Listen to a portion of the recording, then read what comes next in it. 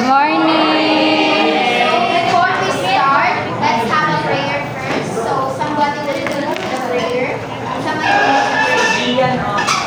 Okay, Tia, can you please lead the prayer?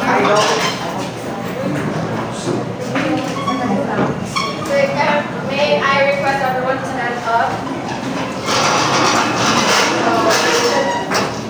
Let us bow down our heads as we all say, in the name of the Father, and the Son, and the Holy Spirit. Amen. Our Father, who art in heaven, hallowed be thy name. Thy kingdom come, thy will be done on earth as it is in heaven.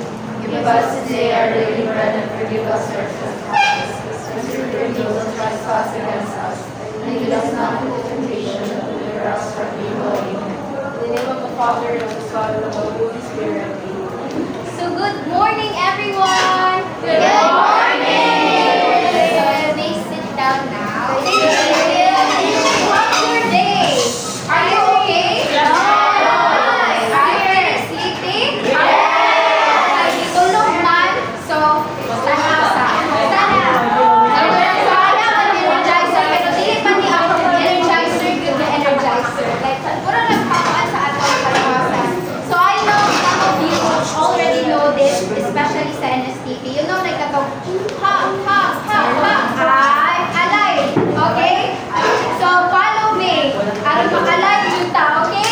Sige, oh, yeah. One, ano siya?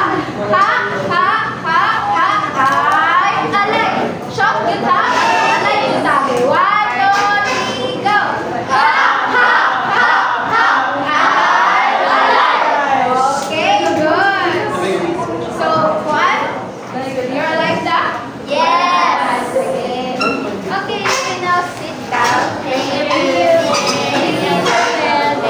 So first, I'm going to elaborate our math rules for today. So, Tanisha stands for emotion. So, engage respectfully in discussion. On some F, Maintain a clean and organized workspace. and then O, Obey all instructions promptly. then T, Treat everyone with kindness and respect. and how about I? Involve yourself actively in learning. And O, Offer help to others when needed. and N. No electronic devices unless permitted. So while we're discussing here, no phones are allowed, okay, unless it was permitted. So next we have our activity, our actual energizer. So everyone, please read our activity for today. Before the activity begins, each student is assigned a unique virtual dock, clearly labeled with their name. An online platform or application simulating the dock race is used. This might involve a time race where students virtually guide their docks to the finish line. The race outcome determines the winning student. The winner then selects a paper from the box. These papers contain a variety of challenges. To ensure all students have an opportunity to participate, the race and challenge selection process will be repeated. Aiming to select 5 students to take the 5 challenges. Ready to watch? Are you ready to watch? Yes. So familiar about ating ang game? Yes! Like kani it's a virtual kanang online game which is called Quack or kanang duck game. So for this, na ay 5 challenges in the box. So ang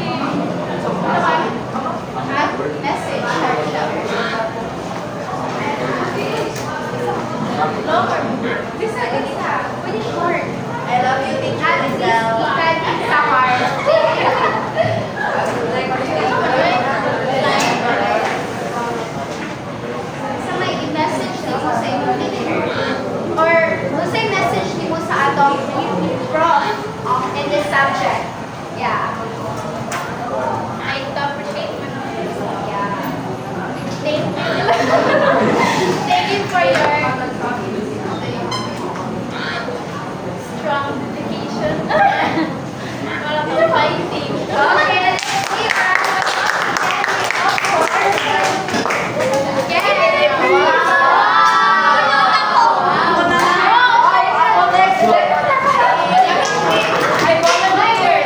Let's move on to the next challenge.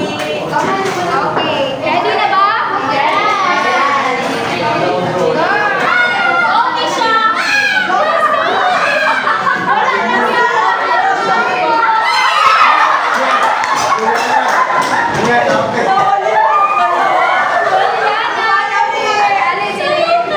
Please challenge. Go, Jerry. Mr. Simpson. Mr. Tuesday.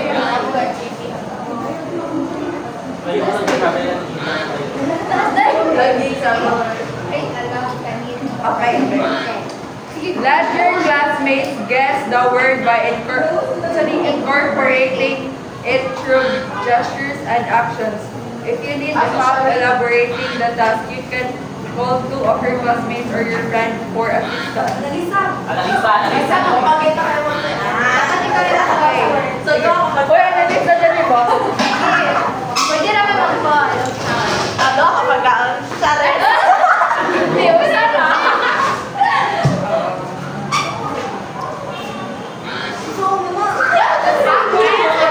Let them guess. Let your blackmates guess the answer. Ano answer ya? Ano answer ko na lang? Okay. Oh yes, na ay prize ang makaguess of Sleeping Beauty. How many words? Kanina sa Snow White. Dili. Romeo and Juliet. Death. Snow White. Crying. No one wants Happy. to Sadness. One word. Snow White. One word. One word. Death. Life. One word. Nakasugat ng mga kaliha. Appreciating. More. Nakasugat ng mga die. Heartbroken. Sad. Separation. Sorrow. Divorce. Cry. Despair. Crying. Death to a storm. Love.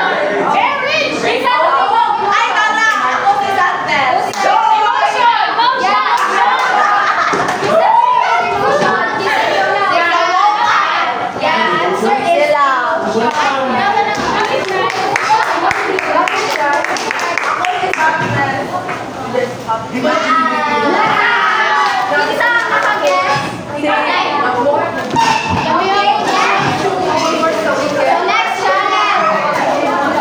Ready na ba kuha? Yes. Okay, let's start.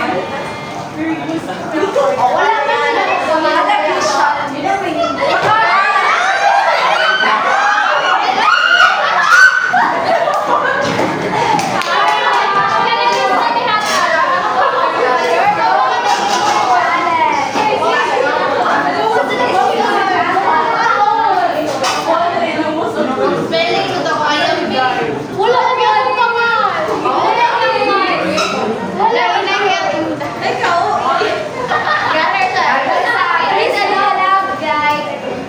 drop your favorite person here in class and give a meaningful message to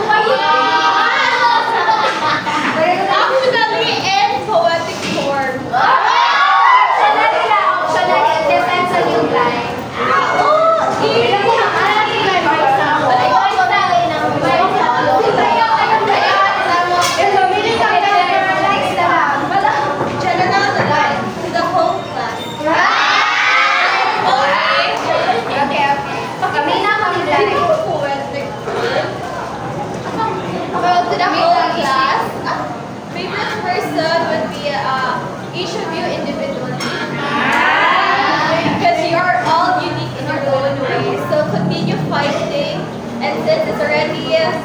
semester. Hopefully for the next year, we will be together until we graduate. Okay, guys. So next, last two na lang eh. Kapay siya. Okay. Isa kaya. Wala dyan ang kumpangan.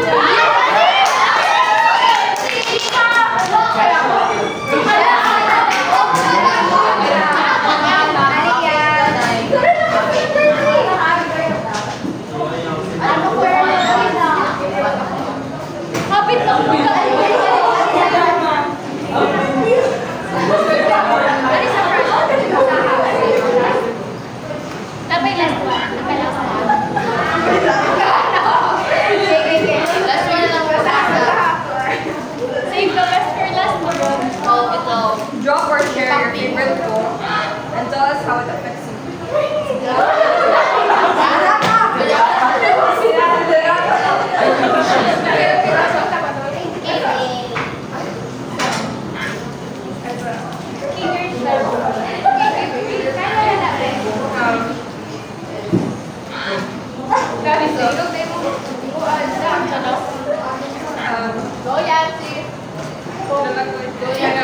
My favorite poem is, actually I don't have a favorite poem.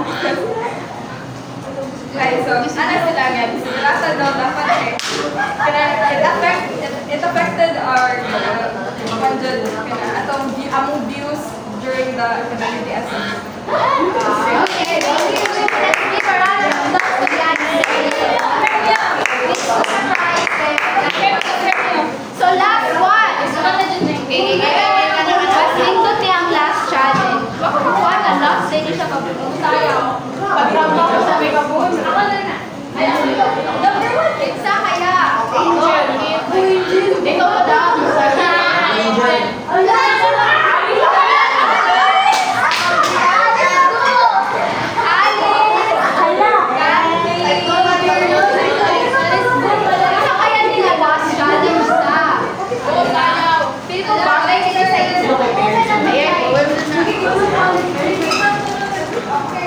Okay, please read along, Alice.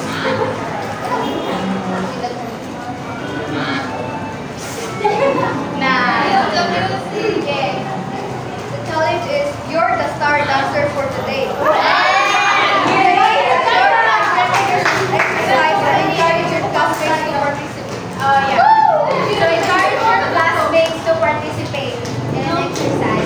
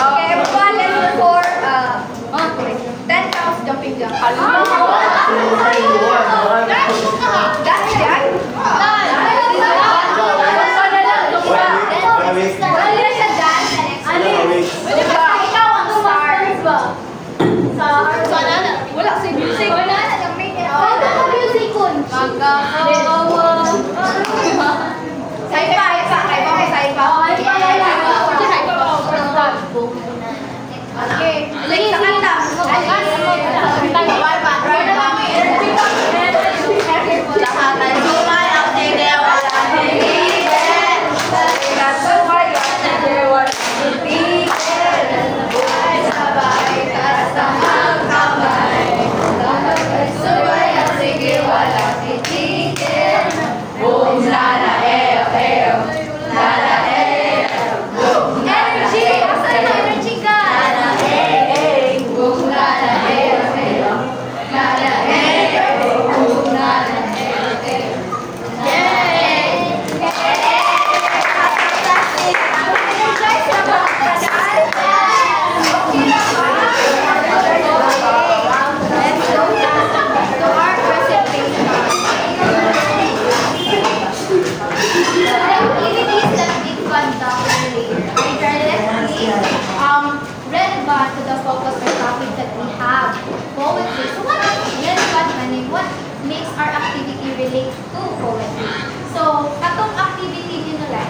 you give a message to your favorite person, to your teacher. It encourages us to express ourselves creatively. It's like creative thinking and expression. And also, it helps you to think outside the box. And with that, let's start our discussion for today, which is all about Elements of poetry. Okay. So here, elements of poetry. But first, let's define what is poetry. Poetry is an enchanting realm of artistic expression that penetrates the depth of human emotions and unveils profound thoughts. It serves as a channel through which individuals can navigate the intricate landscapes of the human experience. So poetry, it captivates the beauty and it captivates the beauty of our emotions and feelings. It holds a special place in literature. Wait, sa guys, unsa man ning dampinon ari? Paan ko ang dato ni? Unsa na to ni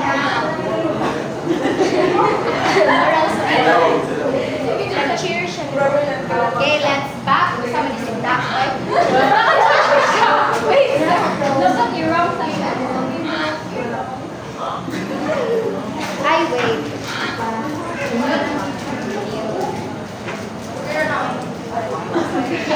Okay, let's back for our discussion. So poetry is an enchanting realm of artistic expression. Why we could say that it is an artistic expression? Because with that, we can evoke our feelings and emotions. For example, when you're heartbroken, when you're in love, di ba most of us is kanang mas ganahan ta nga i-evoke atong feelings through writing. Right? Yes. Yes. Right? Yes! Okay. So also, it serves as a channel through which individuals can navigate the intricate landscapes of human experience. Why we can say that it is a channel? Because it serves as a bridge between the poets and the readers. You, readers ba mo ganan ba mo mabasa ang poems? Yes. And it also connects to the personal or deeper personal level of the poets. With that, we can gain understanding and insight from the author's perspective, diba? That we can resonate to ourselves. And also, why we can say that it intricate landscapes of human experiences. As we all know, human life is full of complexities. We experience sorrow, joy, failure, triumph. All of that, through poetry, we can delve into these landscapes that help us or offers an insights and understanding about the world, about those person that we met, or and also it helps us understand ourselves better, di ba?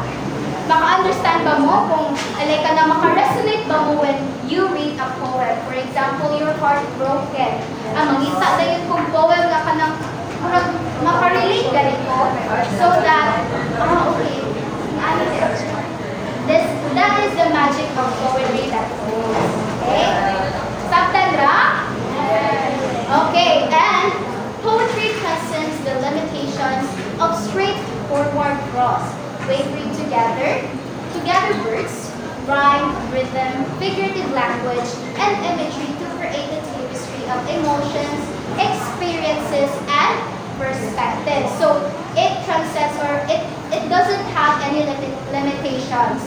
And because kanang poetry is a subjective one. It could be in subjective when it comes to our experiences or our personal emotions. It is a subjective lens which is not straightforward and it has a measurement. When you say prose, it doesn't require any measurement and it's formal, diba? So it transcends the limitation of straightforward prose. Next.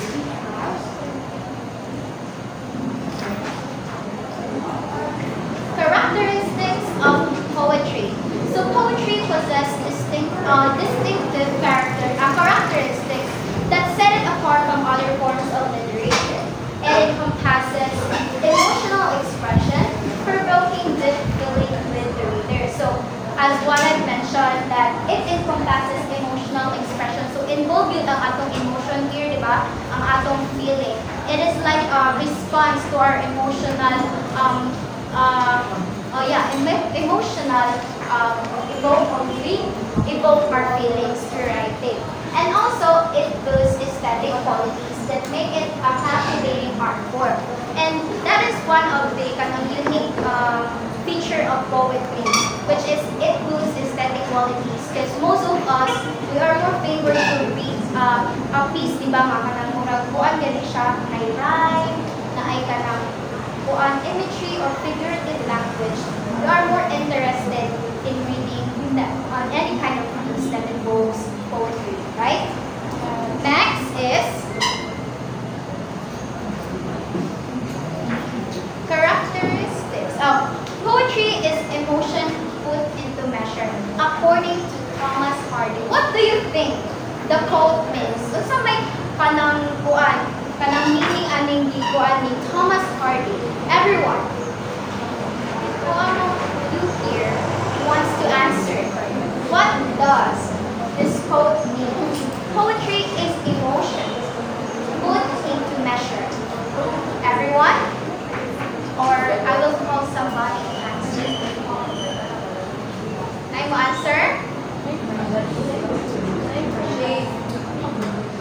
How about you, Ian? Do you have any insights about this poem? I think that the statement, poetry is emotion put into measure, would mean that because emotion is an abstract concept, man, it's very vast, it's very wide, and to put it into measure is to somehow encapsulate that feeling or that emotion in a few words in a manner that it is understandable by the reader. Okay, let's give a round of applause to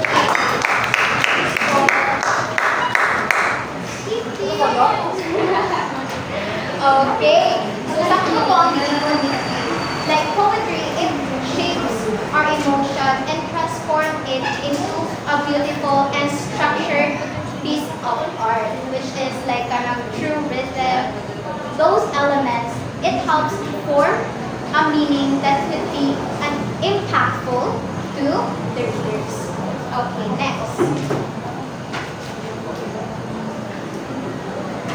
So today, let's dive in about the elements of poetry. So poetry, as a distinct and interesting art form, comprises a number of elements that are worth considering while analyzing and understanding a poetic text. So the elements of poetry are, please read, atong elements of poetry. Rhyme, rhythm, diction, stanza, imagery, Okay, so first we have the rhyme and rhyme schemes. So what is rhyme in poetry? It is a repetition of syllables or similar sounds, typically at the end of a verse. They are used to reinforce a pattern or rhyme scheme in a specific poetry form such as ballads, sonnets. So these are more common, di ba, mga kanang rhyme schemes that we encounter, and also couplets. So the rhyme scheme is an important element. So some common rhyme schemes that you may see are A, A, B, and A, B, B, A. Who are two matching letters indicate that those lines rhyme with each other. However, there are many more to be found in different forms and structures of poetry. So, here are the types of rhyme used in poetry. So first, we have sa may una, end rhyme. So end rhyme is a common type of rhyme in poetry that occurs with the last word of two or more lines rhyme. So kani siya ma-rhyme is na gani siya ang word, magka-rhyme sila in the end rhyme. So for example, the cat sat on the mat and licked its toe with a contented yo. So yo, magako kay magka-rhyme. So understandable ra ba ang end rhyme?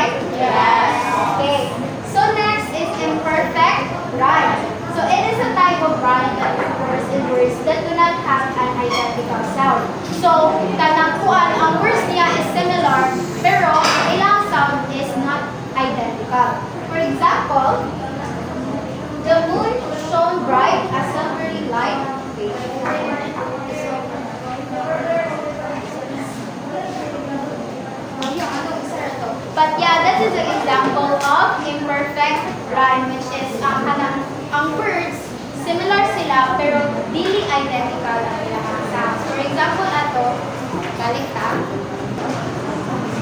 The moon shone bright as silvery light. So here, ang kalikuan, ang moon, di ba mo ni siya ang nag-emphasize that it's bright and light. So kani ang bright and light is kuan siya kanang the moon or the bright and light is kanang similar sila ay identical ilang sound like light and bright. Dili siya kanang diretso gani and kaning moon mo ni siya ang i-emphasize nga kanang kuan. It has a similar meaning sa light and bright. Okay? So next we have internal rhyme. Of course, in the middle of lines in poetry. So, kali understandable na niya siya, kay in just one single line, makuha na nimo ang rhyme. For example, the rain in Spain falls mainly on trade. So, nana dito sa usa ka line, nakuha na ang rhyme, anay rhyme. So, ang rain, Spain of rain. So, in just one single line, nana niya makitaan ang rhyme. So, next is masculine rhyme. So please read. Is there syllables at the end of verse lines? So ang example is the wind hold a powerful sound as the leaves fell to the ground. So stress syllables, here the stress syllables is sound and ground. So di ba same sila here? Ground, sound.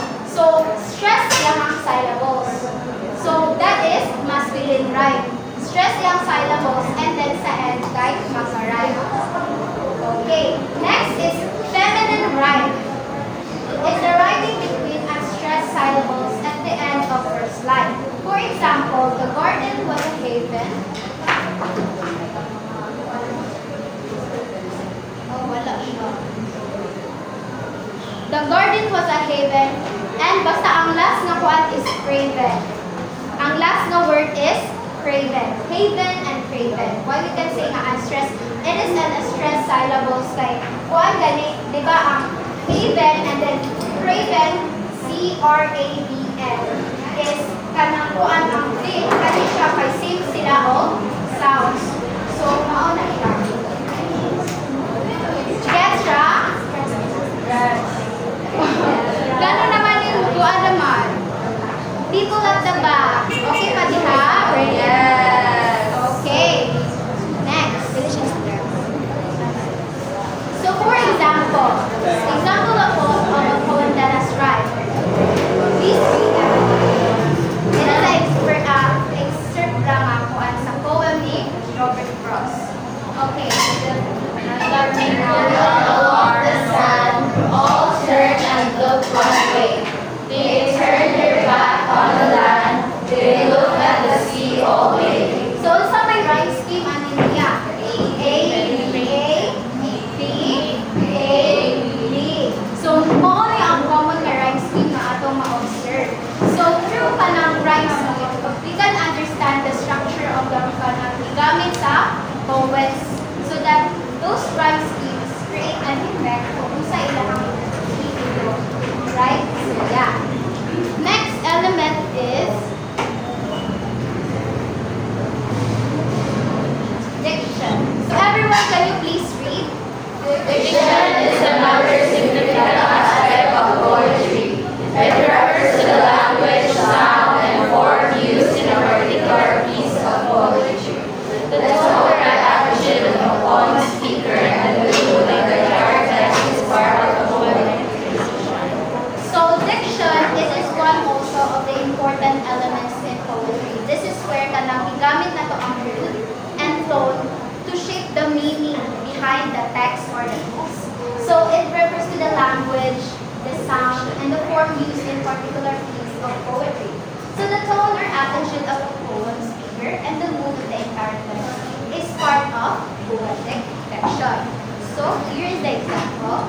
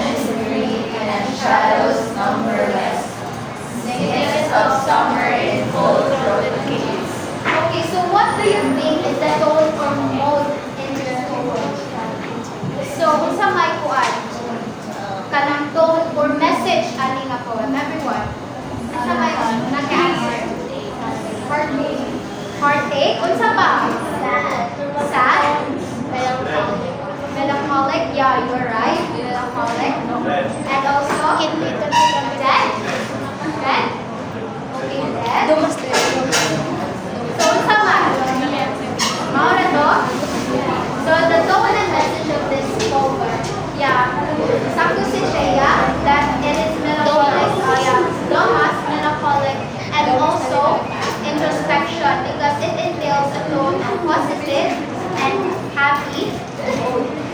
So, understand? Nakakuha naman mo? Okay, so that's all for my part. I will leave the floor to Jalor.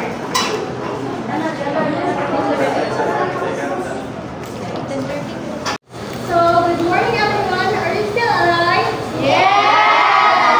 Louder! So, our next topic is written. So, what is written? Written in poetry is created through different patterns of stress and unstressed syllables, known as metric. Written can be described as the beat or pace of poem. So, written is a stressed and unstressed syllables. If we're going to say stress, it is the long sound of the syllables. And if we're going to say unstressed, it is the short syllable. For example, table. So, we all know that table has 2 syllables, right? So, from the word table, so ang table ay ang first syllable here, which is tay, has stress because by ang tay kay long sound, while ang second is ball is the short sound. So, stress also used as or called as vertical beat. Ang written siya kay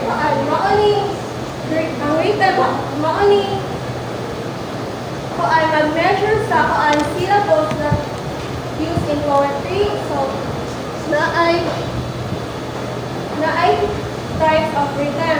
First is ayam, second is dake, third spondy, fourth dactyl, and fifth is anapes.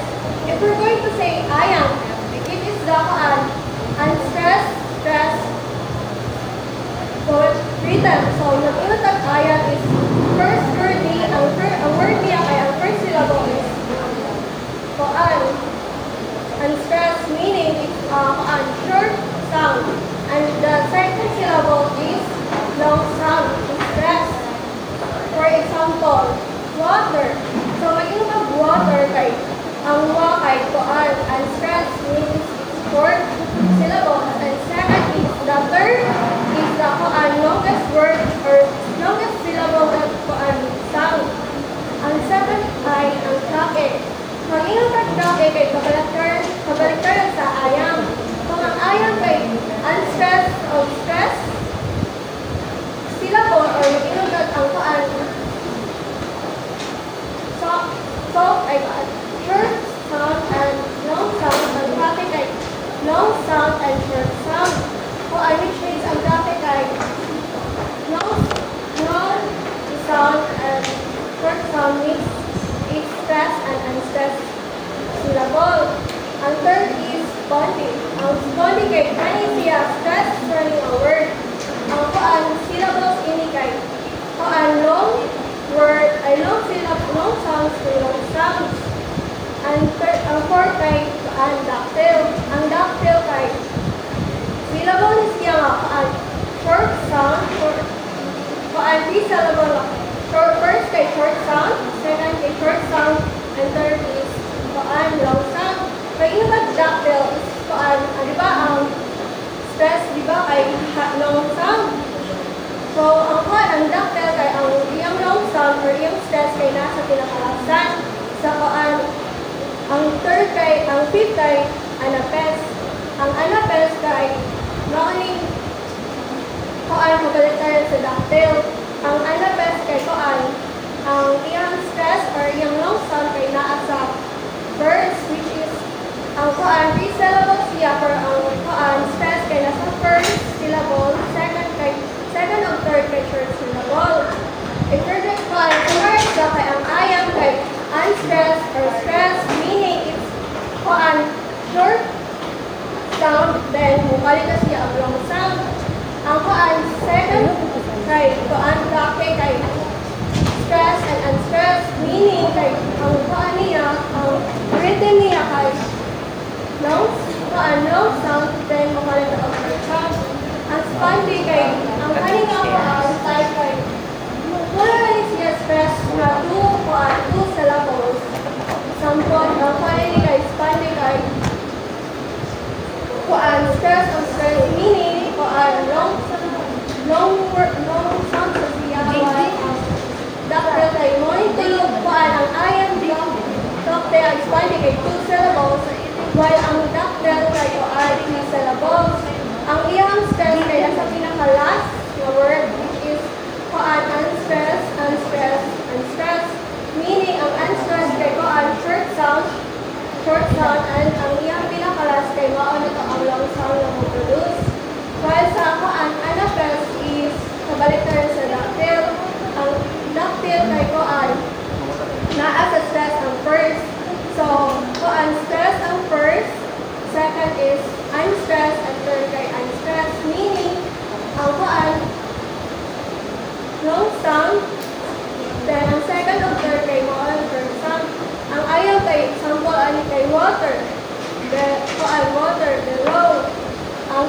ang traffic ay example ini kay for ang traffic ay table.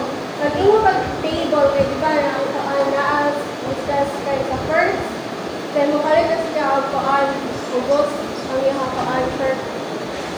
So ang kanis pande kay for example kay bus stop. Kuan children. So paano siya tag-asa yung mga kuan sounds. While ang dactyl kay kuan example ani kay understand, interrupt, and contact. Makaingon understand kay kuan siya. So ay kuan short and long. Understand. So kuan ang lastly kay kuan dactyl kay example ani elephant, poetry, and basketball. Nakaingon ka poetry, elephant, o kuan basketball kay mao lang kuan ang stress kay naa sa first. Kung kuan mag-ingat ayam ang kuan sounds mo ang sounds nga maproduce ay ayam kay kuan da. Makaingon da kay ang kuan niya ang da kay short, kuan ang da kay kuan last kay kuan gahi. So the next is one example sa poem that has written by kuan sonnet written by William Shakespeare.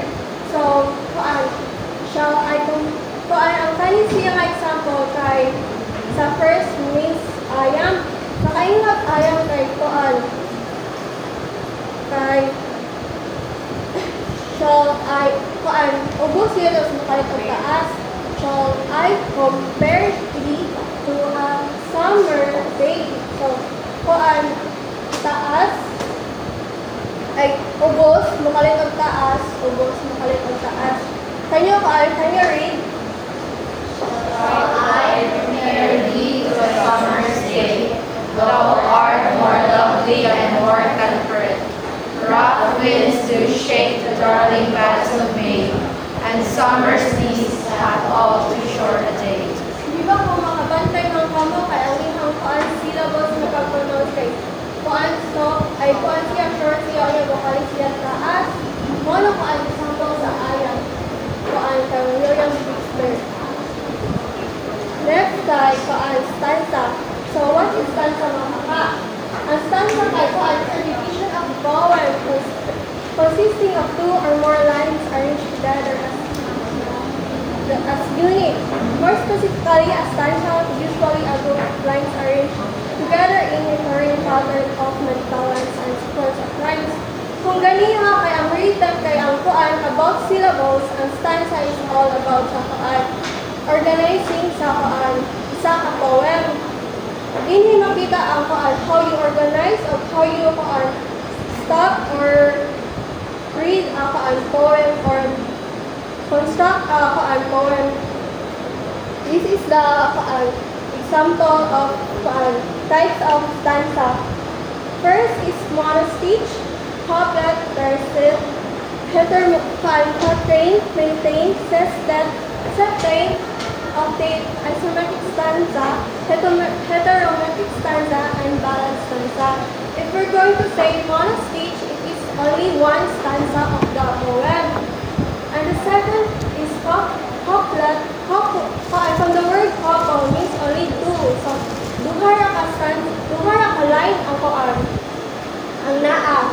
While ang verset kay kuan tulo siya ka line with mag-rhyme siya, and also quatrain from the word 4, quintain for the word 5, sestet is 6 lines of stanza, septet is the 7 line of stanza, 8 octave is the 8 line of stanza, and isometric stanza is the line that has organized and correct syllables, while heterometric stanza is the egalitarian sa isometric, which is the free poem or free line of the poem, and ballad stanza is used for folklore poems. Muna ko ang example sa mga poems. Nag-ingabag mo speech. So, if you shed tears, by Robin Calcador. So, makita na ninyo, di ba? Ay ko ang start to siya at line. So, can you read, please? You shed tears for your miss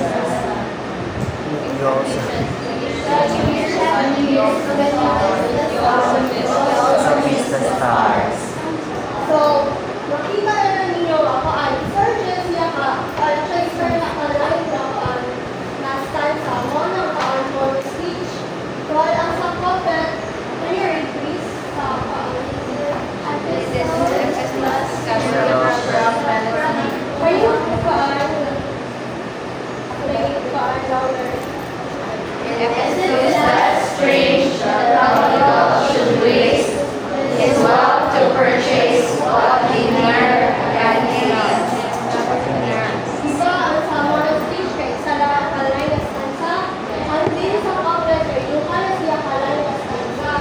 Ang first line kay is less strange, the prodigal should waste, and the second stanza is all about his wealth to purchase what he never can use. So, di ba, mabantayan ninyo ang nag-drive ang sa ways of grace? Mula sa couplet, doon kaya na siya kakaan, line pero nag-drive ang isang pinakalas. Then, ang third set by My Girl's Love Song by Sweetja Flash. Can you Shut my eyes and all the world drops dead. I lift my lips and all is born again. I think I made you up inside my head. So, can you see, di ba, nga paan, there are 3 lines of the stanza. Muna paan, third set is 3. So, paan, I shut my eyes and all the world knows that. That's the first stanza. Ang second stanza is I lift my lips and all is born again. And the third stanza is I think I made you up inside my head. So, can you see that the word that has is rhymes? If saan sa couplet kay doon ka line na yung rhyme, at sa third set kay ang first o ang last line niya ang rhyme. While ang unpaid kay Paan, by the Chimney Sweeper by William Bates. Can you please read?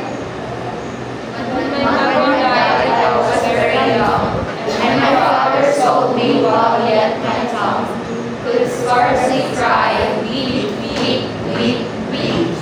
So your chimneys I sweep, and your soup I sleep. So, sa country kay ang Paan na ay fourth stanza. Ang first stanza ay when my mother died, I was very young. And second is, and my father sold me while yet my tongue. And third is, whose scarcely cried, with, and the fourth is, so your chimney I sweep, and my soup I sleep. So, sa country kay Paan na ay pilo kakalines na mag-rhyme. Ang first thing is, when my mother died, I was very young and my father told me while I was young. So, kabantayan mo no, ang iyang ang kay nagpaan-rhyme. While the third and fourth is first girl cried with, and so your chimney and sweet, and I should sleep. So, kabantayan mo ang with o sleep kay nag-rhyme no. So, mga po-train kay Kuan na ay mag-Kuan duha ka words or duha ka rhyme. Next is painting. So, ang painting means Kuan 5 stanza of the poem. So, Kuan read Hannah by D.H. Lawrence. Can you read please? Be Hannah by D.H. Lawrence.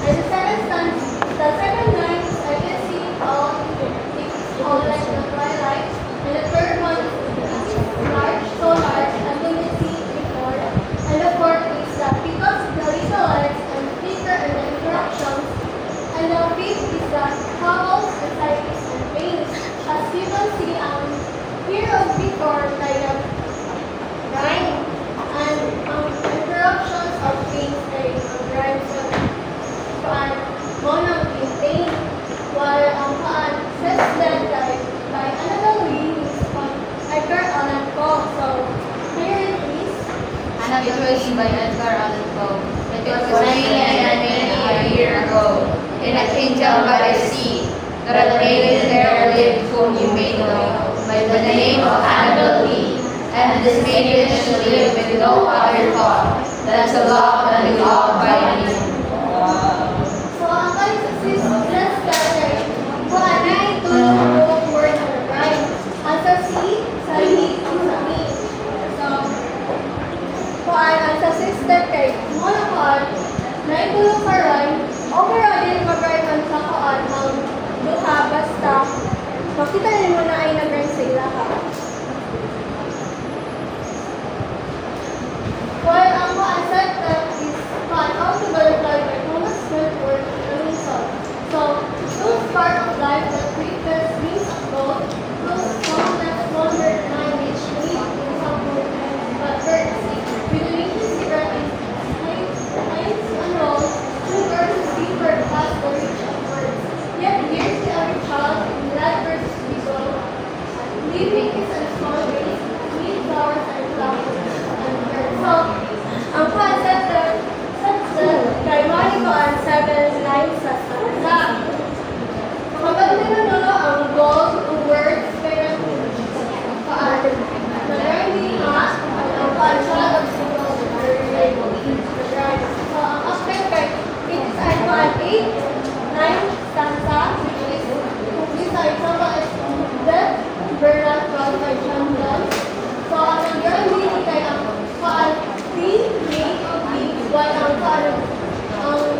another overflow on flow. Next is the isometric stanza. Isometric stanza, it means it lines the word or the has a line. So how it melts upon the ear. So the word about how it melts upon the ear, how it nourishes the heart, who knows peace appear, who have never shared a part of woman's love. So makabanta man mo ay nga naglayin siya how it melts man for kasi 4 syllables. Ang first and second, ang third and fourth ay ko ang 5th syllables and part of woman's love and has 3 syllables. And automatic stanza is paano kabaliktad sa isometric. If mag-ingat ang isometric, di ba, naangalay ko ang leader or lines. While ang heterometric ay ko ang presence of free will din mo ang pila ka stanza, ay pila ka rhymes, ay pila ka syllables. One example, paano siya? Ay lang siya ko ang stanza, ay ko ang syllables. While ballad stanza is alay na kuan folklore poem siya kuan. Example is the one she's like castle, sweet and small by other son. Ang most siya kayo kay mga rhyming na dyan siya kuan ballads. So, makabanda naman ang piece of castle and phone and kuan sweeters, tunes, painters, summer, so every kuan nag-write na siya.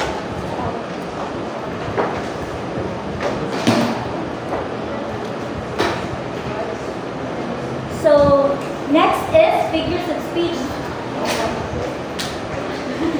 So, I can see mo, wala na yung energy ako ba? So, stand up. Ato nung balik ko na, in-escape ninyo energizer. Okay. Stand up, please. Take it off. Ha, ha. Okay, balik. 1, 2, 3, go!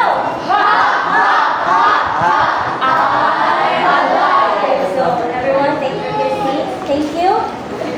So, familiar na ta sa figures of speech? Yes! So, please read. In a sentence that uses a figure of speech, it is used not literally to create a specific effect. They are an expressive way to use language to make writing and reading more interesting and pleasurable. So, figures of speech is used. It's a creative language to enhance the text, and as what Miss Lizelle said kanina, it evokes the emotions of the reader. So there are types of figures of speech. We have simile, metaphor, personification, onomatopoeia, and idiom. So when we say simile, it is a direct comparison between a subject to another subject or an object. So for example, she is like a flower. So we are comparing her to a flower. Very good. So another example, my girlfriend is like a Barbie. So we're comparing my girlfriend to a Barbie. So can someone please give me an example of simile? Okay, Joy. Sheena is like a monkey. That is a simile. So, very good. Okay, Sheena. Joy smells like canal. Okay, so that is an example of simile. Now let's proceed to metaphor. So same with simile. It's comparing a subject to another subject, but in metaphor, we don't use words like and as. So directly, i-direct nyo na siya nga comparison. So for example, ganina kay my girlfriend is like a Barbie. Ang metaphor na niya is my girlfriend is a Barbie. Another one, she is the sun. Yes, she is the sunshine. Ana. Kanang gi-compare gyud na ko siya, but kanang wala na ko nag-use of as or like. So another example of metaphor, one lang. Gishay. Hi, Gisha is the duck that keeps scrolling to my head. Sige, very good. Now, let's proceed with personification. So personification is when a non-human or non-living object is assigned to a trait, to a human trait. So, non-human object assigned to human trait. For example, the wind whispered in my ear. So the wind being a non-human and whispers being a human trait. So that is personification. Another one. The grass is dancing. The grass is dancing. Yala. Okay, ikaw, Sheena, example. The breeze caress my cheeks. Another example from Alex. Personification. Swaying. Very good. Sige, Aya. The clouds are waving at me. Very good. Now, let's proceed to onomatopoeia. So, onomatopoeia simply is, in simple words, is the mimicking of the real sound that things produce. So, example, Ana, unsa mo na siya nga sound nag-produce? Bang! Gila, pwede pininyo sa chocolate do. Bang! Very good. Wala na. Wala na yung prize. Next kay idiom. So when we say idiom, it is common phrase, but it doesn't follow or it doesn't mean ang literal niya meaning. Yes. Yan na. It's hard, no? Especially if you're still learning or if you're new to the language, it's very confusing. Like, if I say na, break a leg, ano may meaning na ng break a leg? Good luck. So I'm wishing you good luck, not actually wishing you to break your leg. So, another example. Break a leg. Reggae, Isha.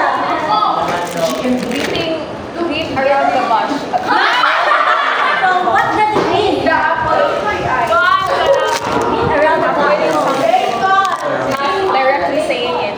Yes. Okay. Another example. Bring up the big one. Bring up the big one. I think the bring up the big one. Ignorance is bliss. Sige. Correct.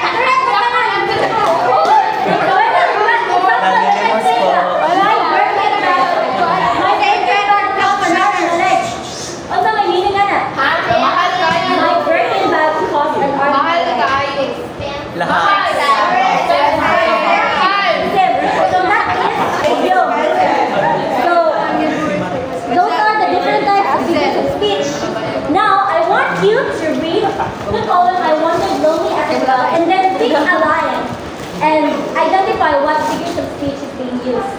Okay, I want everyone to read.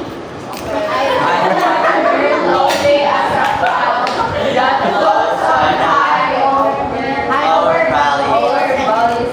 When all at once I saw a crowd, a host of golden daffodils, beside the lake, beneath the trees, fluttering and dancing in the breeze.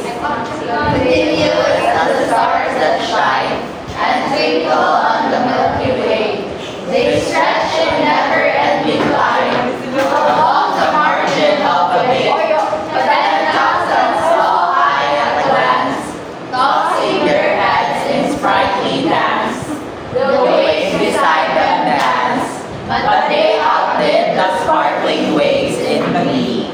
A poet could not be gay. Such a company.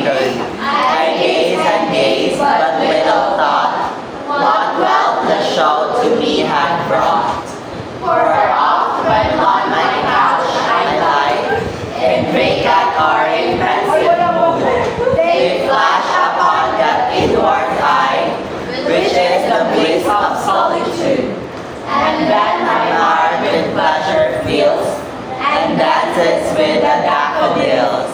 So, si Jessa, gibarugan man gid niya ganina pagbasa.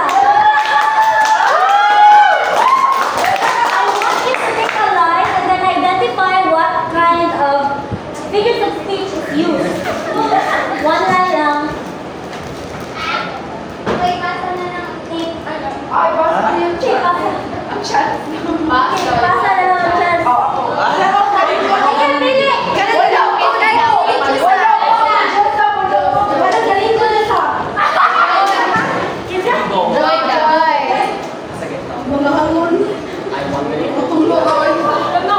I wondered lonely as a cloud. It's a metaphor. Ay, sinili, guys, sinili.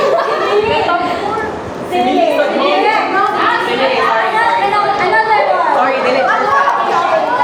Ito na lang, ito na lang. Personification. So, personification. So, next. So, what is imagery? Tungalan niya. Angel, please read. Thank you. Read. Go.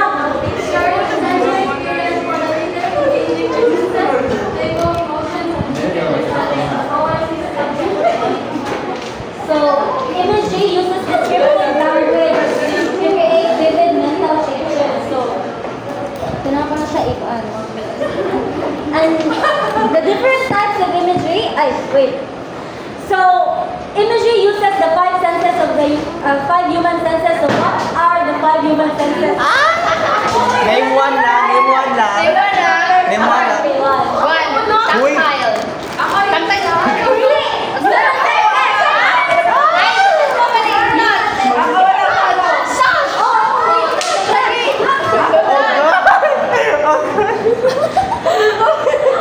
Oh, ano ba ako?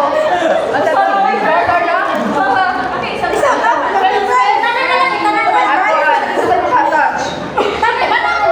Touch, smell, see, sight, hear, taste. Babak.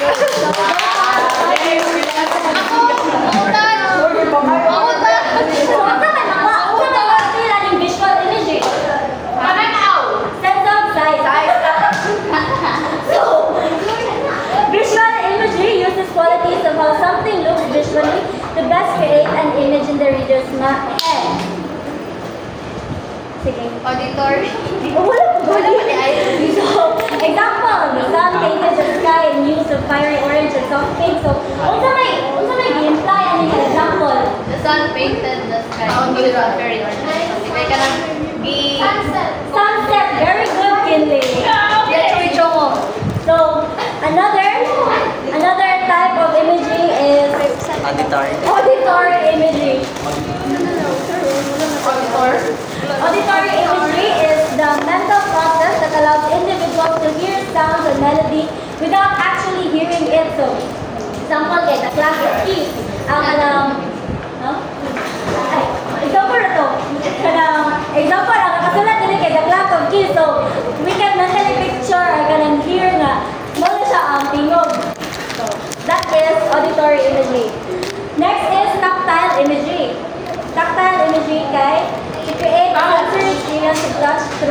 So, the bark of the tree scraped against my fingertips. So, kung saan ang bark? Soft? Rock? That's tactile. Next is olfactory imaging. So, read, everyone. Use of descriptive language to evoke or represent smells or scents in the reader's mind, engaging the sense of smell. So, olfactory imagery appeals to the sense of smell. So, the perfume smells like a field of honeysuckle. So, perfume is sweet. Next is the gustatory imagery. Gustatory imagery, sige Aya. Helps readers visualize and experience the described taste and sensation. So, example, kay the warm donut tasted sweet and hints of vanilla and strawberry. Tumira ng So, for example, as an example, let's say kayo nyo sa donut. Is it bitter? Is it yummy? Is it kanang unsa man? Sweet. Yummy. It's sweet. Okay. Last na. So, read the poem, everyone. I have eaten the plums that were in the ice box and which you were probably saving for breakfast. Forgive me, they were delicious, so sweet and so cold. So, unsa mga kanang imagery ang gigamit sa poem? Okay, Sheena. Unsa ang imagery ang gigamit sa poem? olfactory. Olfactory? Gustatory, I answered that. Unsa pa? Nagduha man ni siya kabuok. Just a? Tactile, right? Very good. So, that's all for imagery. Uy, ako di Hello. Wow, tama na yun yung... So, evaluation na ta, guys.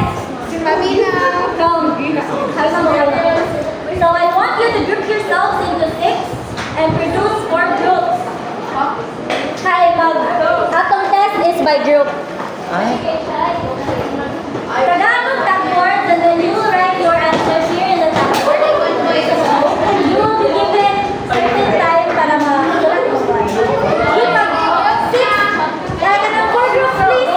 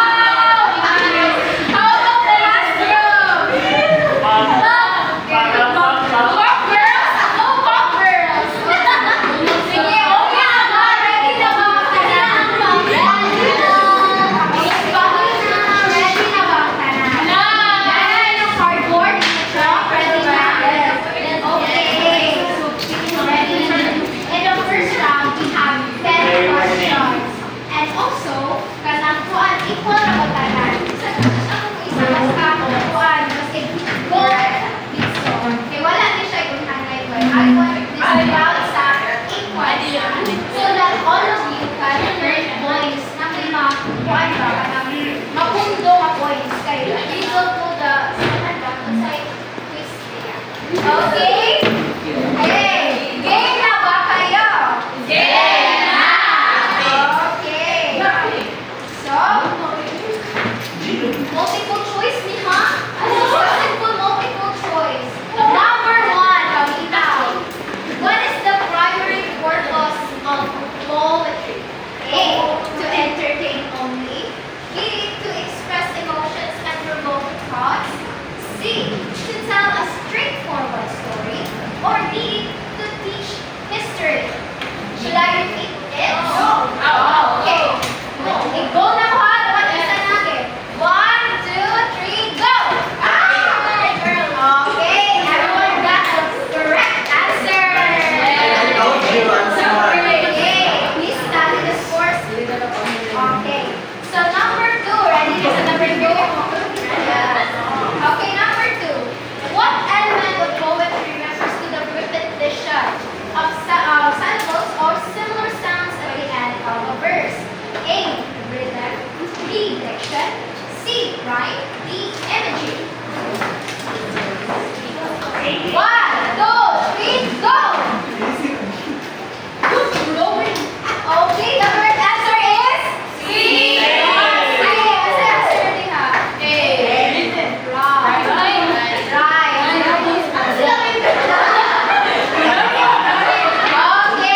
ready na sa number 3? Number 3. What is diction in poetry? So, A, the mood of the poem. B, the choice of words and language used in the poem. C, the structure of the poem. D, the rhythm of the poem. Should I repeat the question? Yes. Okay. What is diction in poetry? A, the mood of the poem. B, the choice of words and language used in the poem. C, the structure of the poem. D, the rhythm of the poem. Mana answer? Yes. Sige. Una ko ba sa one? Race North. 1, 2, 3. Raise your tagboards. Okay, ang answer din is ha. A.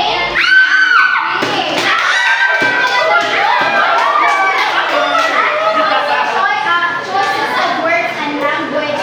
Use of it, word of the poem.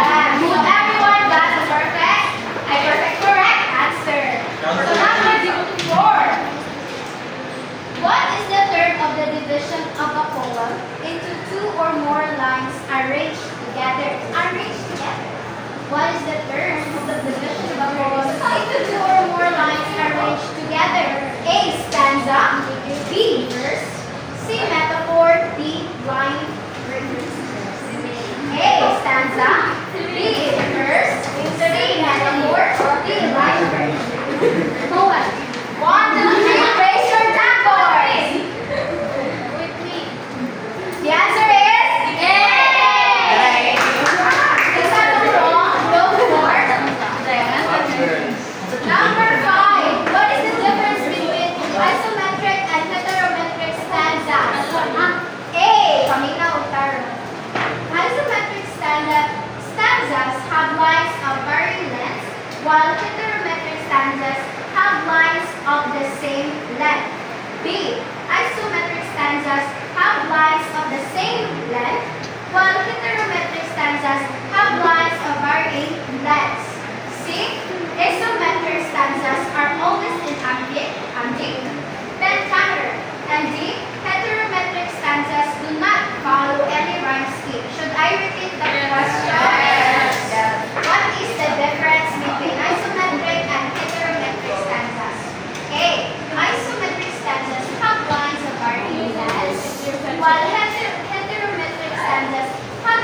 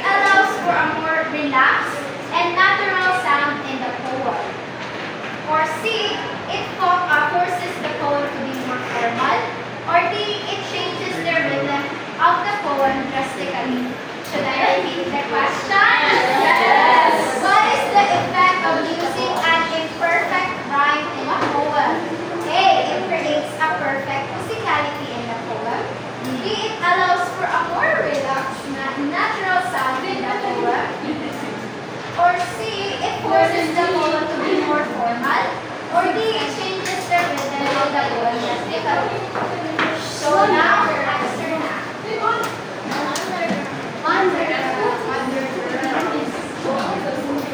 So, raise your tagboards. Okay, the answer is B.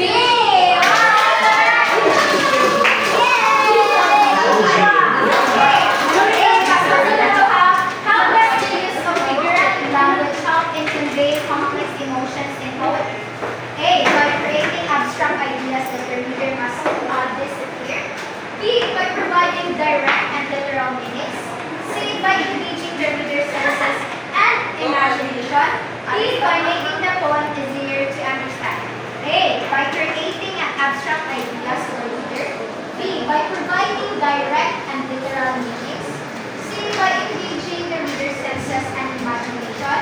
Or D. By making the poem easier to understand. Okay? A question. What does the use of figurative language help in conveying complex emotions in poetry? A. Creating abstract ideas. B. By providing direct and literal meanings. Or C. By engaging reader's senses and imagination. Or D. By making the poem easier to understand. Raise your tagboards! Okay, the answer is letter C. C. By engaging the reader's senses and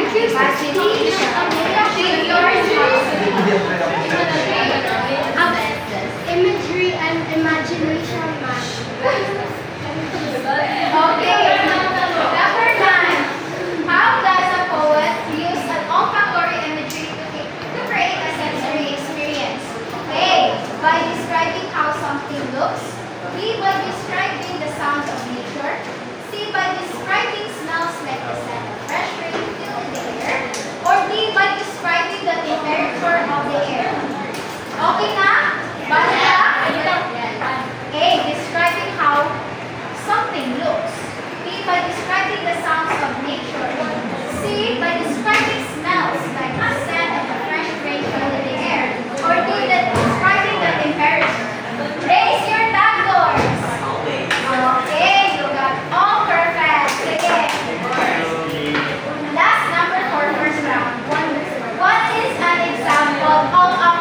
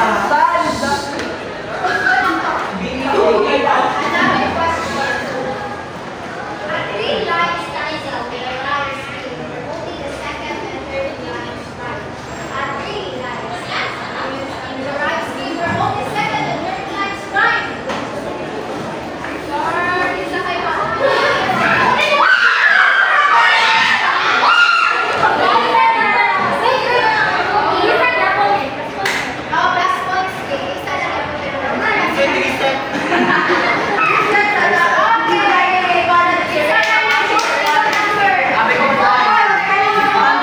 Wrong, wrong.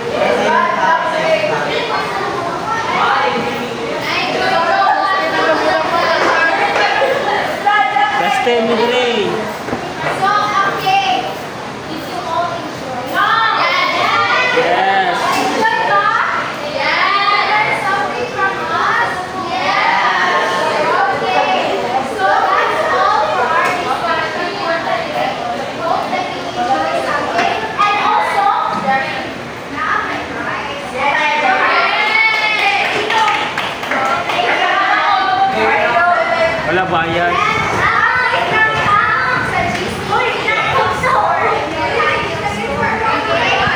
Ito,